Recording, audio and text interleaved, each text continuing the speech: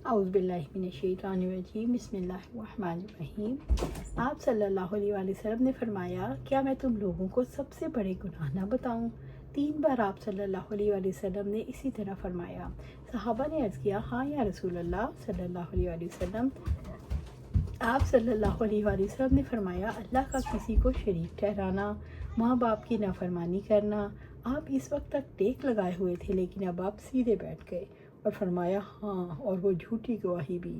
انہوں نے بیان کیا کہ آپ صلی اللہ علیہ وسلم نے اس جملے کو اتنی مرتبہ دہرایا کہ ہم کہنے لگے، کاش آپ خاموش ہو جاتے۔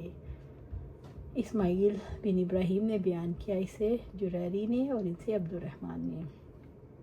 آپ کو بار بار یہ فرمانے میں تکلیف ہو رہی تھی۔ صحابہ نے شفقت کی راہ سے چاہا، آپ بار بار فرمانے کی تکلیف نہ اٹھائیں، خاموش ہو رہیں، جبکہ آپ کئی بار فرما چکے۔ فرمانے کے گناہوں کو صغیرہ اور کبیرہ 2 قسموں میں تقسیم کیا، جس کے لیے دلائل بہت ہیں۔ کچھ کا ایسا خیال ہے کہ صغیرہ گناہ کوئی نہیں، گناہ سب ہی کبیرہ ہیں۔ امام غزالی فرماتے ہیں، دین کی سمجھ رکھنے والوں کے لیے مناسب نہیں وہ کبیرہ اور صغیرہ گناہوں کا فرق کا انکار کریں۔ آپ صلی اللہ علیہ وسلم نے جھوٹی گواہی کو بار بار اس لیے ذکر فرمایا، یہ بہت بڑا گناہ ہے اور بہت سے مفاسد کا پیش خیمہ۔ آپ کا مقصد تھا مسلمان ہرگز اس کا ارتکاب نہ کریں۔ اندھے آدمی کی گواہی اور اس کا معاملے کا بیان، اور اس کا اپنا نکاح کرنا یا کیس دوسرے کا نکاح کرانا یا اس کی خرید و فروخت یا اس کے اذان وغیرہ جیسے امامت اور اقامت بھی اندھے کی درست ہے۔ اسی طرح اندھے کی گواہی ان تمام امور میں جو آواز سے سمجھے جا سکتے ہوں۔ امام شعبی نے کہا، اگر وہ ذہین اور سمجھدار ہے تو اس کی گواہی جائز ہے۔ حکم نے کہا، بہت سی چیزوں میں اس کی گواہی جائز ہو سکتی ہے۔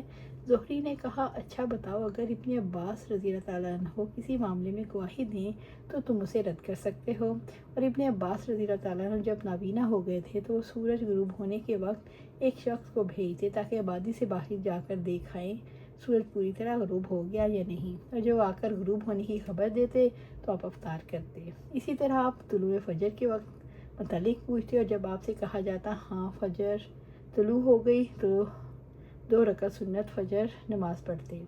سلیمان بن یسار نے کہا کہ عائشہ رضی اللہ تعالیٰ عنہ کی خدمت میں حاضری کے لیے میں نے ان سے اجازت چاہی تو انہوں نے میری آواز پہچان لی اور کہا، سلیمان اندر آ جاؤ، کیونکہ تم غلام ہو جب تک تم پر مال کتابت میں سے کچھ بھی باقی رہ جائے گا۔